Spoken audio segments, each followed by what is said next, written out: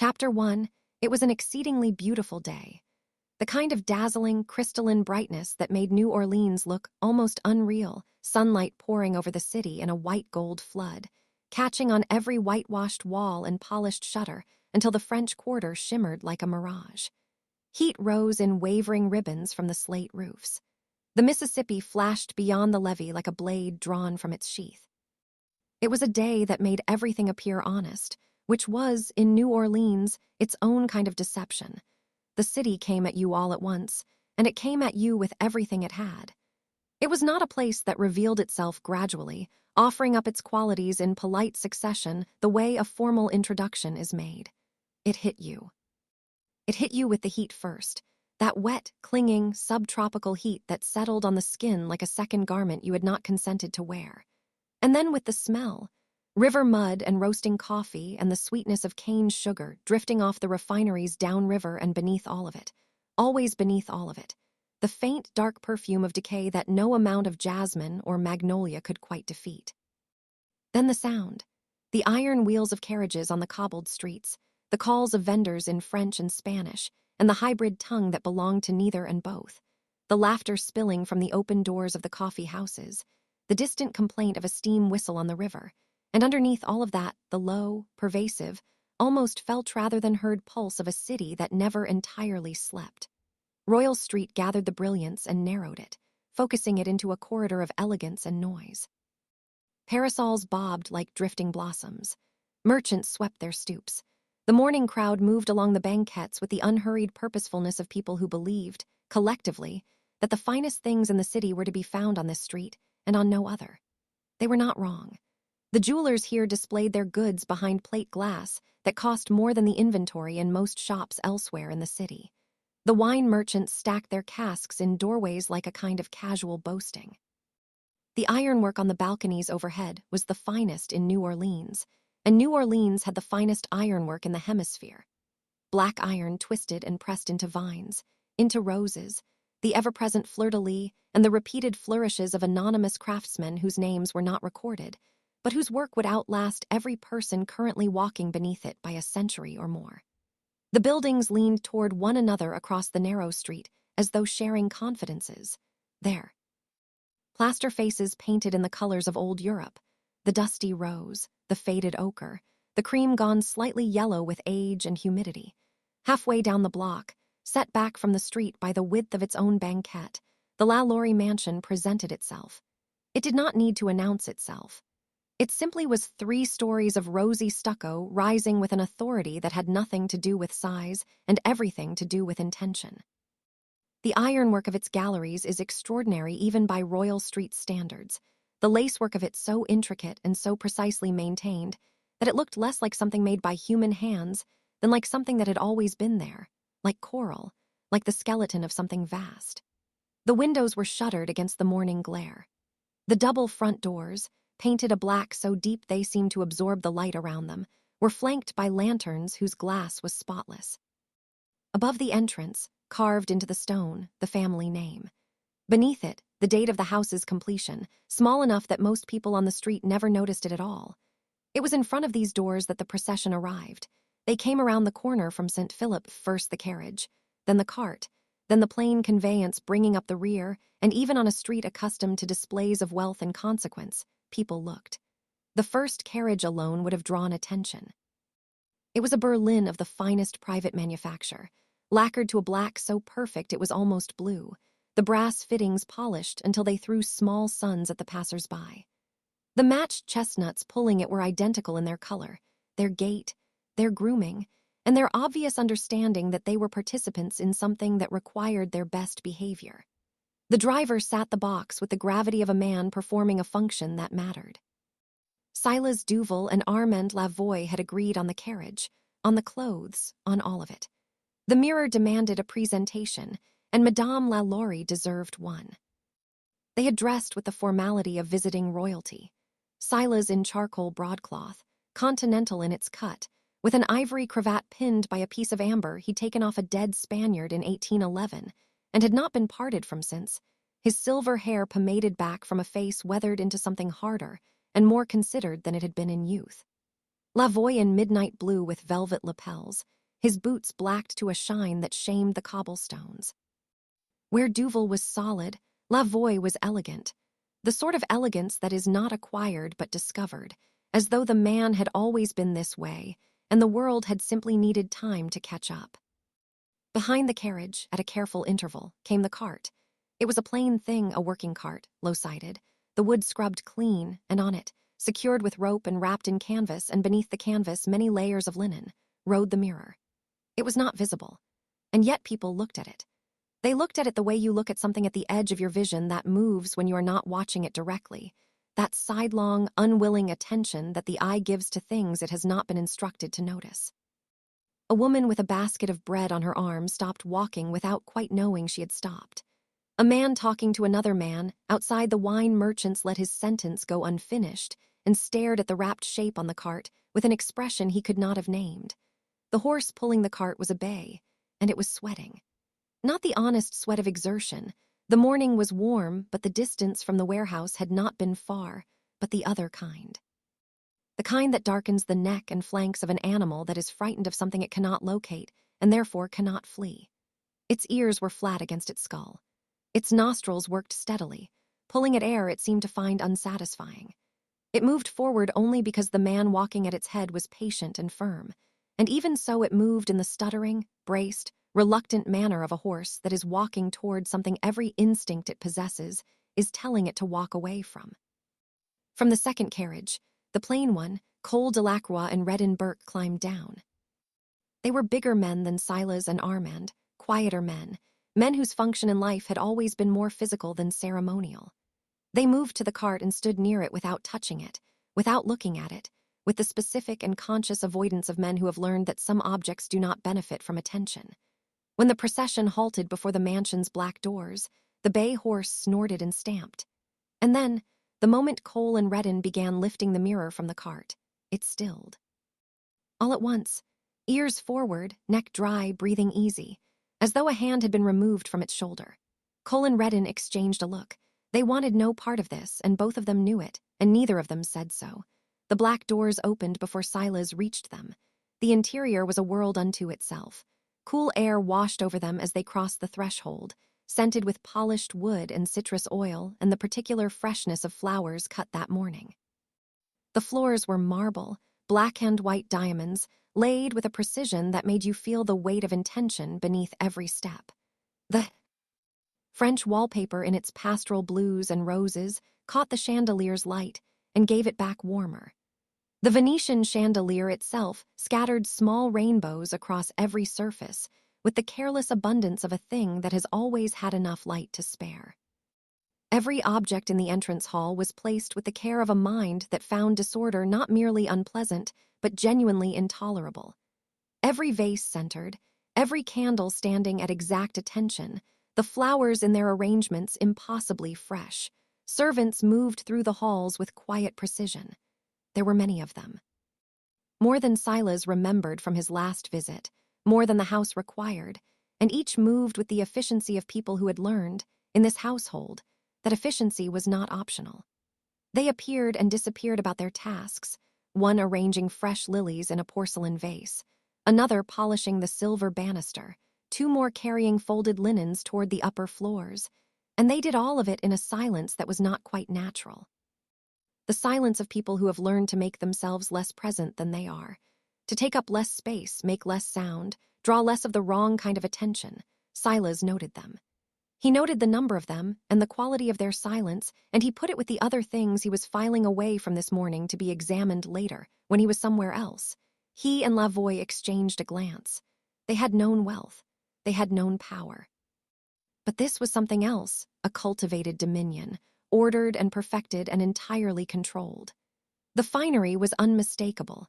Silk, velvet, carved mahogany, gilded frames. And presiding over all of it, moving through it like a queen in her palace, Madame Delphine Lalaurie came down the staircase.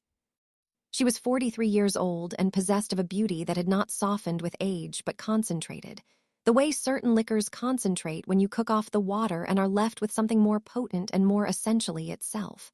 Her morning dress was pale gray silk. Her dark hair was dressed simply at the crown. At her throat, one strand of pearls.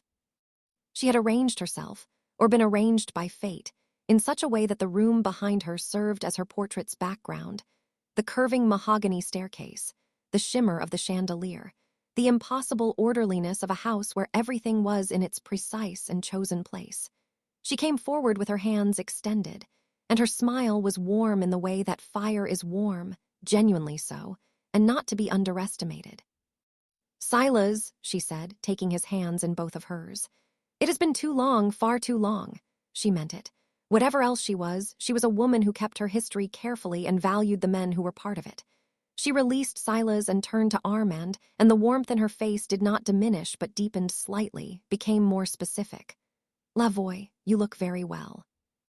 "Madame Lalaurie," Lavoie said, and he bowed, not the performed half-nod of social obligation but a genuine bow, the gesture of a man who has decided that this woman is owed the real thing. "You are too gracious to receive us. We are sensible of the honor." "Nonsense," she said, with a dismissiveness that was itself a kind of intimacy. "You are always welcome in this house. You know that." And then, as if the thought had arrived naturally, her eyes moved past them both to the open doorway and the entrance hall beyond, where Cole and Redden were setting the wrapped mirror carefully against the wall. Her expression did not change. Nothing visible happened in her face. But Silas, who had spent 4 decades reading people in rooms where misreading them could cost your life, caught something, a stillness that was different from her ordinary stillness, a quality of attention that had been there, he now realized, since before they arrived. As though she had known the shape of this morning before it came, she looked back at him. "Before we unwrap it," she said quietly, "I should like to hear from your men." Cole and Redden stood in the entrance hall with the posture of men who would very much like to be elsewhere, but understand they are not yet permitted to leave. They had set the mirror against the wall and stepped back from it, and now they stood with that specific and conscious avoidance, not looking at the linen-wrapped shape, keeping their bodies angled away from it with a care that was more instinct than decision. Lalaurie stood a few paces away, quiet, demure, her hands folded loosely before her. She looked soft in the filtered light, kind, almost gentle, the cultivated softness of a woman who had long understood that men speak more freely when they believe themselves to be in the presence of something yielding. Armand remained near the door, arms folded, watching the men carefully. "Madame," Silas said, his tone measured, "these are the men I spoke of, Cole Delacroix and Redden Burke. They sailed aboard the Providence. They have seen what became of Captain Hawthorne after the mirror was brought aboard." Stepped forward. His voice was formal, unhurried. "Cole," he said, "tell Madame Lalaurie what you told us." Lalaurie inclined her head with practiced grace. "You have my attention," she said softly. "Please, speak freely." Cole was not a man who frightened easily. He had stood his ground in situations that had broken other men, had moved through the world with the matter-of-fact solidity of someone for whom most things, however unpleasant, could eventually be managed. He was not managing this well. He swallowed once, and when he spoke his voice was steady, but the steadiness was costing him something. His eyes stayed on Lalaurie's face, or on the middle distance, anywhere but the linen-wrapped shape against the wall. Cole shifted uneasily. A hard man by nature, broad-shouldered and weathered by years at sea, yet there was strain behind his eyes now. He removed his hat and turned it once in his hands before speaking.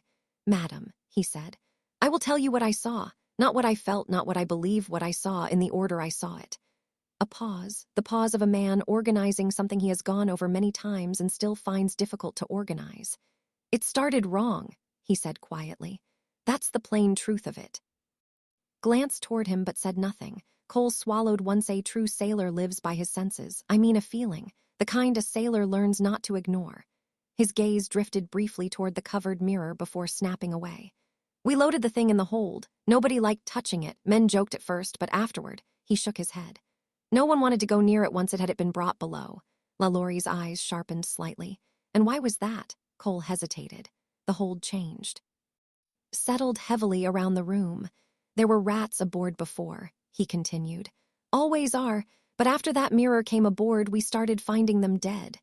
He rubbed at his jaw. "Not eaten, not trapped, just lying there stiff as old rope, sometimes 3 or 4 together." Armand frowned. Cole continued. "Crew started turning on one another too. Men who'd sailed together 10 years near came to blows over nothing. Card games ended in fights, accusations, whispering. He glanced toward Silas. A ship's close quarters, tempers happen, but not like that. What of Hawthorne? Lalaurie asked. Cole exhaled slowly. That's what frightened me. The room seemed to draw inward around his words. He wasn't himself after the mirror went into his cabin. Cole spoke carefully now, like a man walking over rotten planks. Captain Hawthorne was steady, best navigator and most steady captain I ever sailed under, knew every chart in his head, but afterward, he frowned deeply. He'd give an order, then minutes later ask why no one had done it. Cole continued. Crew started turning on one another too. Men who'd sailed together 10 years near came to blows over nothing. Card games ended in knives, accusations, whispering. He glanced toward Silas. Ship's close quarters, tempers happen, but not like that. What of Hawthorne? Lalaurie asked. Cole exhaled slowly. That's what frightened me. The room seemed to draw inward around his words. He wasn't himself after the mirror went into his cabin. He'd stare off for long stretches, not at the sea, not at the crew, just, his face tightened. Nothing, like he was listening to somebody we couldn't hear. Clock somewhere deeper in the house ticked softly. He talked to himself, Cole said. At first quiet. Then louder, arguing sometimes. Lalaurie's expression remained composed, though interest flickered unmistakably behind her eyes now. There were signs, Cole said. A steady sailor is not superstitious, and he is careful what he says to recrew. But there were signs. Cole gave a humorless laugh. Storms when there shouldn't have been storms. Dead calm when there should have been wind. He shook his head slowly. We drifted 3 days beneath skies black as coal with no breeze at all. Then the sea would turn violent in minutes. I am a seaman. I do not explain whether by cargo. I am not telling you it was the mirror that turned it. I am telling you that what came at us did not behave the way weather behaves. It came from the wrong quarter. It came when the sea was clear. It stopped. He let that sit. It just stopped. Weather does not stop like that. Weather finishes. What came at us on that crossing stopped, the way something stops when it has made its point. Captain Hawthorne remained in his quarters during the worst of it. Armand frowned. The captain stayed below, he asked. Yes. It was the first mate who took control and saved the ship and crew. He stayed with the mirror. A silence followed that seemed to deepen the shadows in the room. The sea was tearing itself apart around us, Cole continued. Men screaming, sails splitting, water coming over the rails, he swallowed. And Hawthorne remained in his cabin. Cole's jaw tightened. The sea was tearing itself apart around us, he said. Men screaming, sails splitting, water coming over the rails. He swallowed. And Hawthorne remained in his cabin. Cole's jaw tightened. The weather, Cole continued. I went below once to fetch him. His voice nearly failed him there. I should never have opened that door. Lalaurie's attention sharpened instantly. What did you see? Cole looked down at the floorboards, him standing before the glass. The words came slowly now. He wasn't moving. Storm lanterns swinging wild overhead, but he stood perfectly still. Cole's breathing had become shallow, and he was speaking to it. To his reflection, Lalaurie asked. Cole lifted his eyes at last. No, madame. The hall seemed colder suddenly. He was speaking like somebody was standing inside it answering him. Cole spoke again, more forcefully now. The thing aboard that ship wasn't natural. Remained silent, letting the men speak. Redden's eyes moved unwillingly toward the covered mirror. I warned Hawthorne not to keep it, told him nothing good follows objects that carry spirits. His voice lowered. Where I come from, we know such things. Lalaurie regarded him carefully. You believe it haunted? He gave a faint shake of the head. His expression darkened. Haunted means something dead remains behind. He looked directly at her now. This felt alive. The words lingered heavily. Cole rubbed both hands together as though still trying to warm them from that voyage. All I know, he said quietly, is that ship changed after the mirror came aboard. His eyes flicked once more toward the linen-covered object.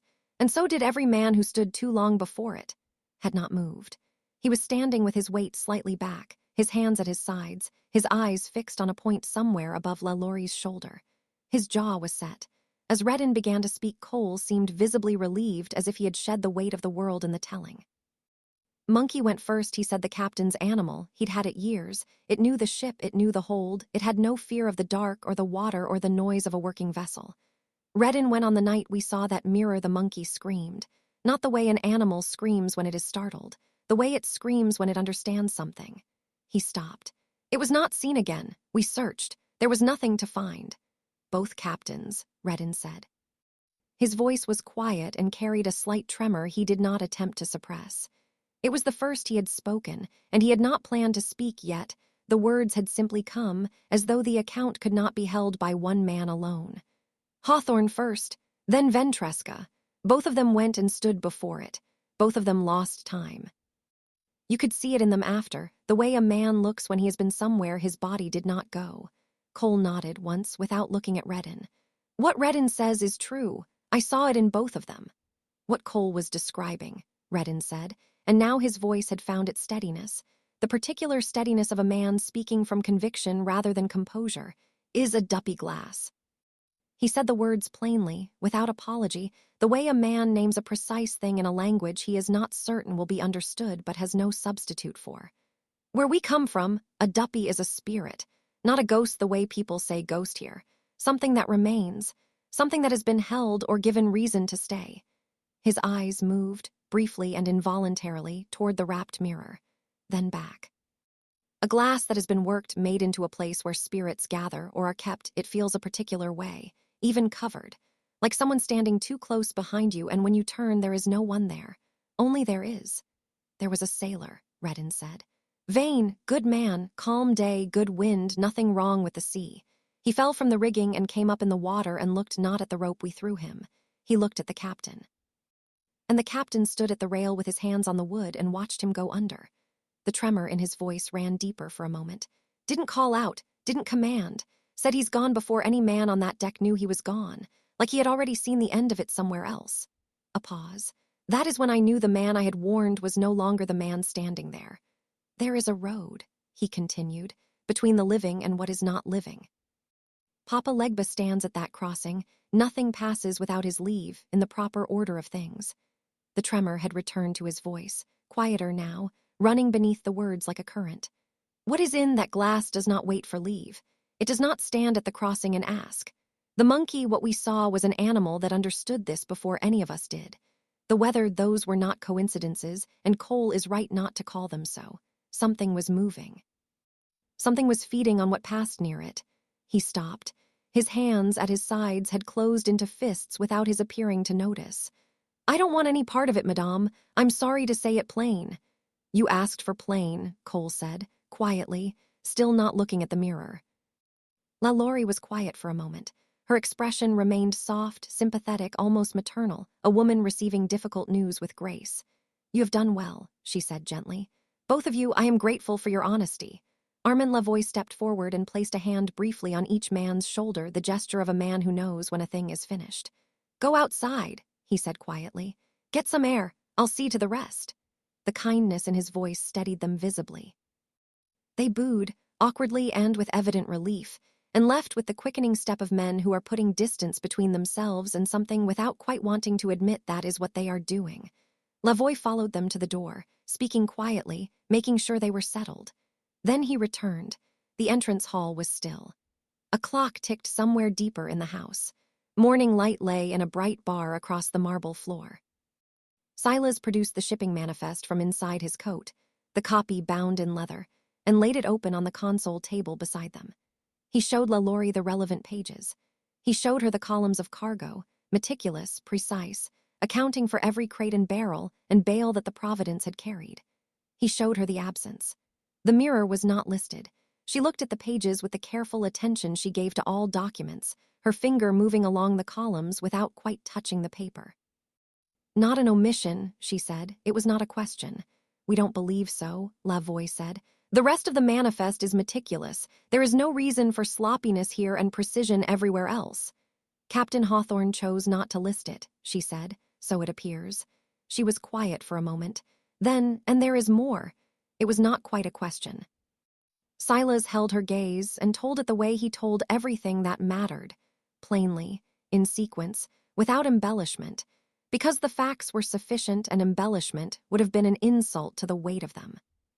Madame Lalaurie listened to all of it with her hands clasped before her and her face attentive and still. When she was certain he was finished, she looked at the linen-wrapped mirror against the wall. Thank you, she said, for telling me yourselves, for coming. A pause. Now let us see it.